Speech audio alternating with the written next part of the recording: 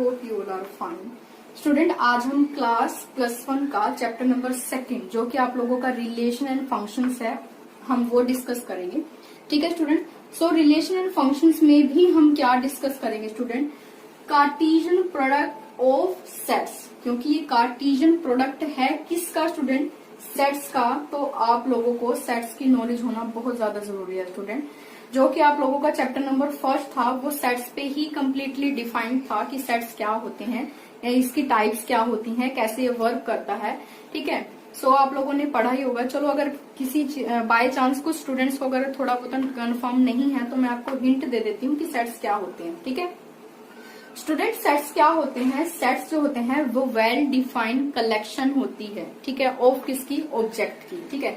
जिसमें आप लोगों को श्योरिटी होती है कि ये चीज होगी ही होगी, वो आपका सेट होता है। ठीक है। और जिसमें आप लोगों की श्योरिटी नहीं होती है वो आपका सेट नहीं होता है स्टूडेंट। ठीक है।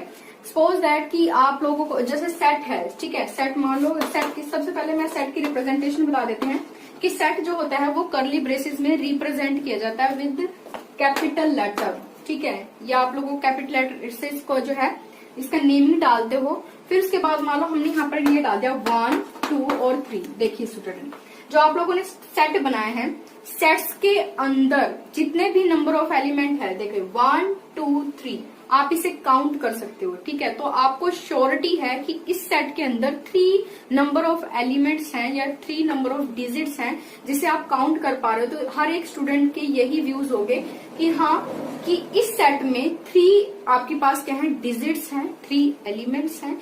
ठीक है। तो श्योरिटी है ना, तो दैट मीन ये क्या होगा? सेट होगा। और सपोज दैट कि आप जो सेट नहीं बनता वो कैसे होते हैं कि अगर मान लीजिए आपने एक सेट बनाया है और सेट में अगर हम किसी से ये पूछें कि आपको बेस्ट क्रिकेटर बताना है इंडिया का, तो हर किसी के डिफरेंट व्यूज होंगे स्टूडेंट। किसी को विराट कोहली पसंद है, किसी को धोनी पसंद है। ठीक है। तो हर एक के डिफरेंट व्यूज होंगे, जिस वजह से आप लोग की श्योरिटी नहीं होगी कि बेस्ट जो क्रिकेटर है वो कौन सा है।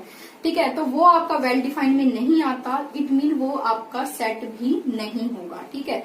सेट मतलब जो आप लोग जिस पे श्योरिटी दिखाते हैं वो सेट बनता है, और जिस पे आपकी श्योरिटी नहीं होती है वो आप लोगों को सेट नहीं बनता है स्टूडेंट। ठीक है। और सेट्स की टाइप्स कितनी होती है स्टूडेंट? सेट 2 टाइप्स के होते हैं। एक रोस्टर फॉर्म होती है, एक सेट बिल्डर फॉर्म होती है। रोस्टर फॉर्म तो स्टूडेंट यही होती है कि जिसमें आप हर एक नंबर ऑफ एलिमेंट को सेपरेट करते हो with the help of commas. ठीक है। तो ये कॉमा से सेपरेट किया तो ये आप लोगों का क्या फॉर्म बनती है? रोस्टर फॉर्म बनती है।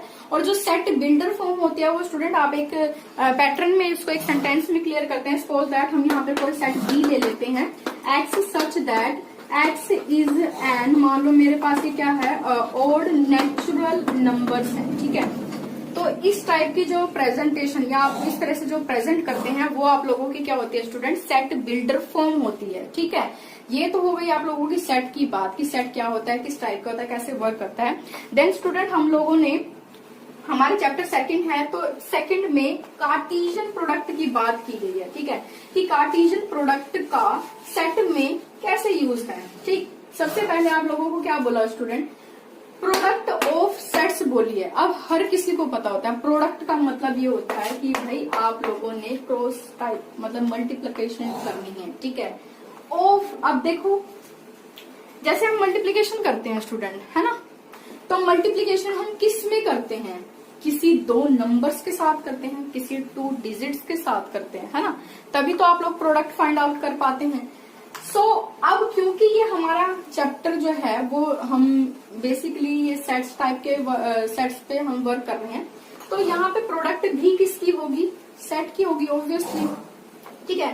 तो हम यहाँ पे क्या करते हैं स्टूडेंट? अब प्रोडक्ट है सेट की, तो सबसे पहले 2 सेट ले लेते हैं। तो हमने सपोज किया सेट ए हमने लिया 1, 2 और 3। ठीक है स्टूडेंट। और सेम एज मैंने अनदर सेट ले लिया बी 4, 5 और मेरे पास क्या है 6 है। ठीक है स्टूडेंट। अब हमने ये तो सेट्स पिक कर लिए, सेट की बात करनी थी, सेट ले लिए। अब उसने क्या कहा है? प्रोडक्ट करना है, तो आओ हम प्रोडक्ट कर लेते हैं। यहाँ पे ए प्रोडक्ट बी। अब देखो स्टूडेंट, ए क्रॉस बी मतलब इसको हम ए क्रॉस बी या ए प्रोडक्ट बी नहीं बोलते हैं, इसको हम कार्टेशियन प्रोडक्ट बोलते हैं ऑफ सेट ए बी का, ठीक है, Cartesian product of set A and B, इस तरह से बोलते हैं। फिर उसके बाद हमने इसका प्रोडक्ट करके दिखाना है स्टूडेंट कि ये प्रोडक्ट कैसे वर्क करता है, ठीक है। अगर मैं बताना चाहूँ तो आपको मैं यहाँ से डायरेक्ट बता सकती हूँ कि जो आप लोगों का सेट ए है उसका हर एक एलिमेंट का बी के हर एलिमेंट के साथ क्या होता है स्टूडेंट, प्रोडक्ट होता है। अगर आप लोगों को यहाँ से क्लियर नहीं है तो हम एक ऐसे एक पेयर टाइप में बना लेते हैं, पहले आपको यहाँ से कंफर्म हो जाएगा। देखिए स्टूडेंट, यहाँ पे सेट ए के पास हमने क्या लिया 1 2 3, बी पे क्या है 4 5 और 6, ठीक है। अब हमने क्या करनी है स्टूडेंट, प्रोडक्ट करके दिखानी है। प्रोडक्ट हम कैसे करेंगे, सबसे पहले मैंने आपको क्या बोला कि सेट ए का हर एलिमेंट सेट बी के हर एक एलिमेंट के साथ क्या होगा, प्रोडक्ट होगा, ठीक है। कैसे, ए फर्स्ट सबसे पहले ए किसके साथ प्रोडक्ट होगी स्टूडेंट, 4 के साथ। तो इसको हम लिखते कैसे हैं स्टूडेंट, इस तरह से लिखते हैं, ठीक है। क्योंकि ये प्रोडक्ट हो रही है सेट्स की तो उसकी रिप्रेजेंटेशन स्टूडेंट हम इस टाइप से लिखेंगे और इसे हम जो बोलते हैं वो ऑर्डर्ड पेयर बोलते हैं, ठीक है स्टूडेंट। फिर यही वाला ए जो आप लोगों का ए सेट का फर्स्ट एलिमेंट है, इसी का किसके साथ, बी के सेकंड एलिमेंट के साथ क्या होगी स्टूडेंट, प्रोडक्ट होगी। तो ये बनाएगा 1 और 5, ठीक। फिर यही वाला 1 किसके साथ मल्टीप्लाई होगा स्टूडेंट, 6 के साथ, तो 1 और 6, ठीक है। ये हो गया आपका। फिर जैसे आप लोगों ने 1 का 4 के साथ, 1 का 5 के साथ, 1 का 6 के साथ किया है ना, सेम एज इट इज आप 2 का पहले 4 के साथ, फिर 5 के साथ, फिर 6 के साथ प्रोडक्ट करोगे। कैसे करोगे मैं आप लोगों को बता देती हूँ। देखिए ये 2 का पहले 4 के साथ, तो 2 4 हो जाएगा, 2 का 5 के साथ, ठीक है।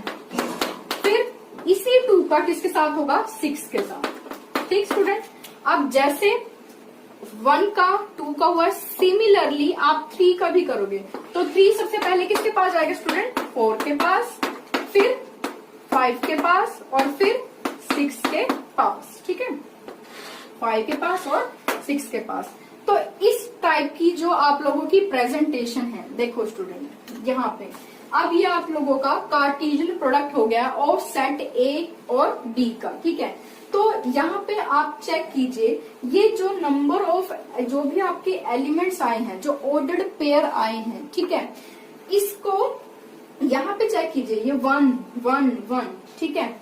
और यहाँ पर जो ये 2 2 2 और जो पहले में 3 3 3, ये जो है ना स्टूडेंट, वो सारे के सारे, इसका मतलब ये है कि जो इसका फर्स्ट ऑर्डर्ड पेयर का फर्स्ट ये जो आपका एलिमेंट है, ये कहाँ बिलोंग करेगा स्टूडेंट, ए में बिलोंग करेगा। कि ये शो करेगा कि ये जितने भी इस ऑर्डर्ड पेयर के फर्स्ट एलिमेंट हैं वो कहाँ से आ रहे हैं, सेट ए में से आ रहे हैं।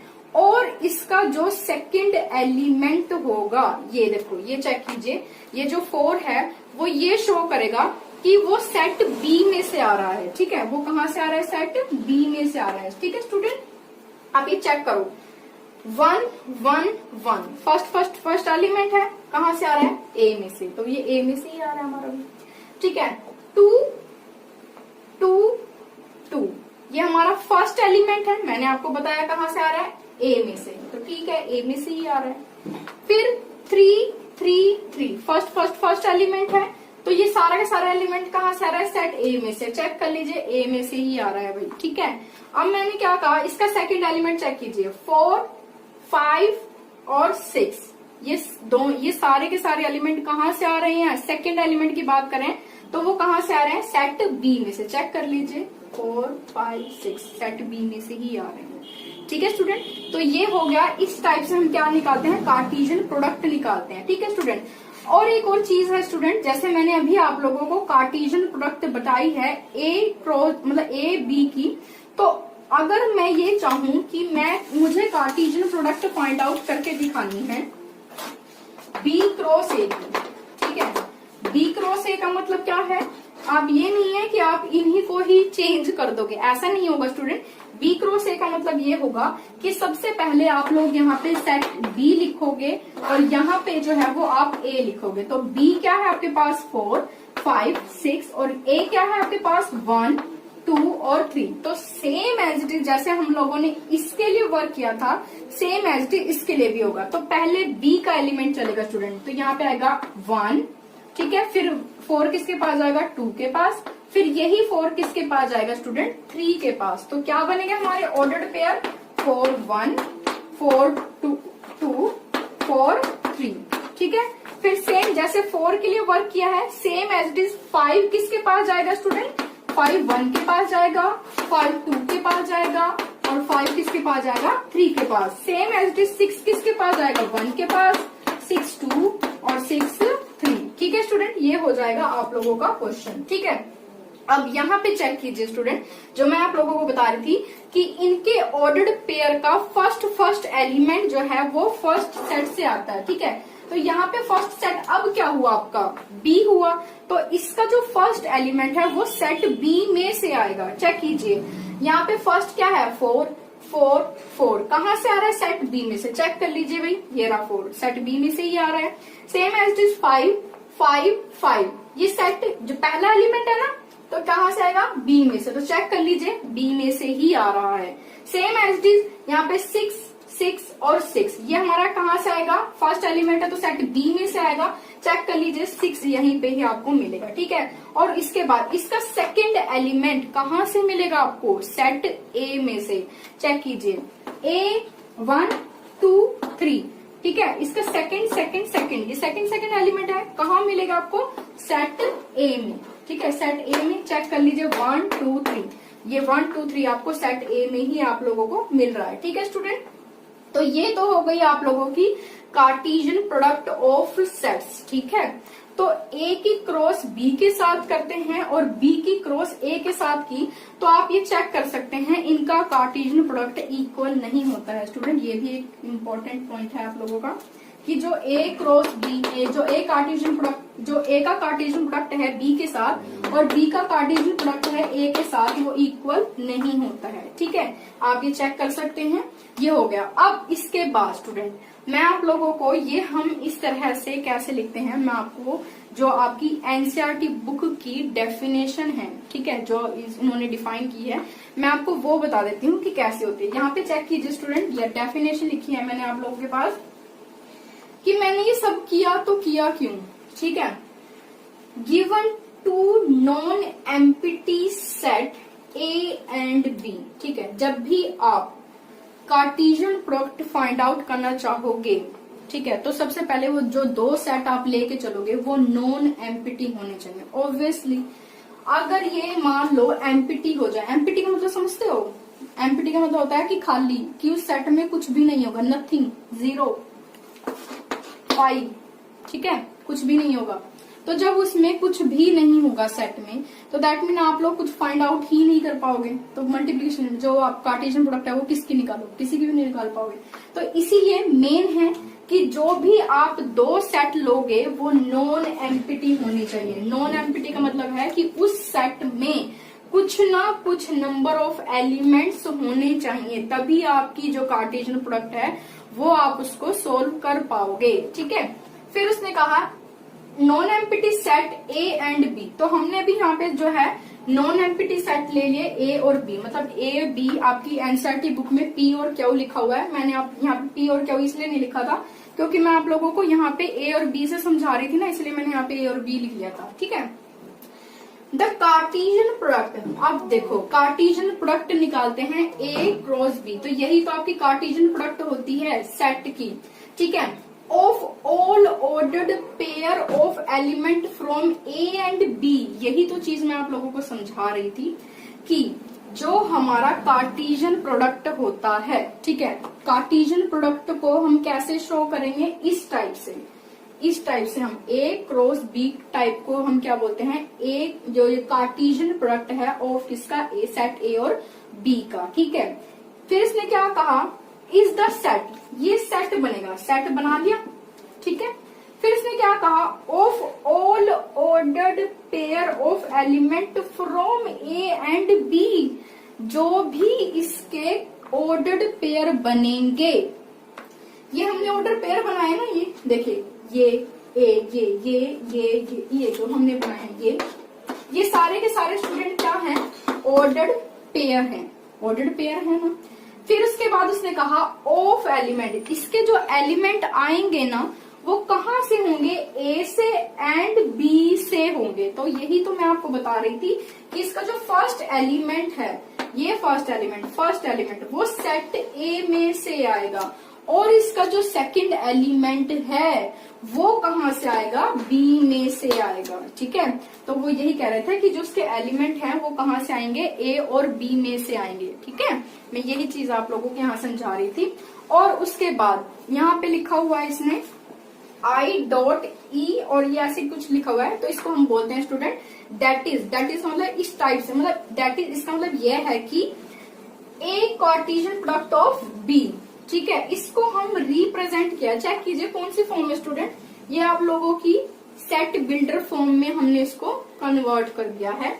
यहाँ पे इसने क्या कहा कि आपकी ब्रेसिस स्टार्ट हुई, सेट स्टार्ट हुआ कि ए और बी, मतलब ए और बी आपके पास क्या है स्टूडेंट, ऑर्डर्ड पेयर हैं, सच दैट, ये जो डॉट डॉट होती है ना, ये दो डॉट लगे होते हैं, इसको हम बोलते हैं सच दैट। और इसने कहा ए बिलोंग्स टू ए और comma B belongs to B, यही चीज है ना कि इसका फर्स्ट एलिमेंट कहाँ से आएगा, सेट ए में से, और इसका सेकंड एलिमेंट कहाँ से आएगा, जो उसके पीछे जो सेट होगा उसमें से। तो वो यही तो लिखा हुआ है, ए बिलोंग्स टू ए और बी बिलोंग्स टू बी। जो ऑर्डर्ड पेयर का फर्स्ट एलिमेंट है वो सेट फर्स्ट में से आएगा, और जो उसका सेकंड एलिमेंट है वो उसके सेकंड सेट में से आएगा। ठीक है, ये तो हो गई आप लोगों की डेफिनेशन, कार्टेशियन प्रोडक्ट क्या होता है, ये कैसे वर्क करता है।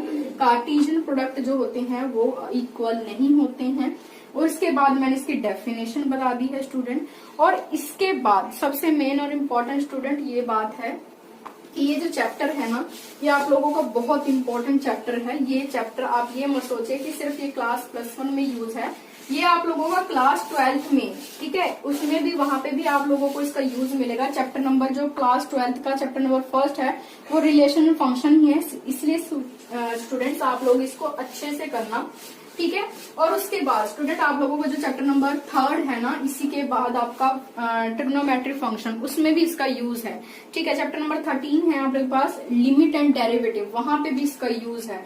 और जब आप लोग 12th क्लास में आओगे तो चैप्टर नंबर 1 जो कि आप लोगों का रिलेशन फंक्शन है वहां पे यूज है, और उसके बाद आप लोगों का इनवर्स ट्रिग्नोमेट्रिक फंक्शन है। देन फर्दर बहुत सारे चैप्टर हैं वहां पे, ये जो रिलेशन फंक्शन चैप्टर ना बहुत यूज है, इसलिए इसका कॉन्सेप्ट अच्छे से क्लियर कर लेना। ठीक है, और इसके बाद देखो, चलो स्टूडेंट मैं आप लोगों को इसके कुछ रिमार्क्स बता देती हूँ जो बहुत इंपॉर्टेंट है।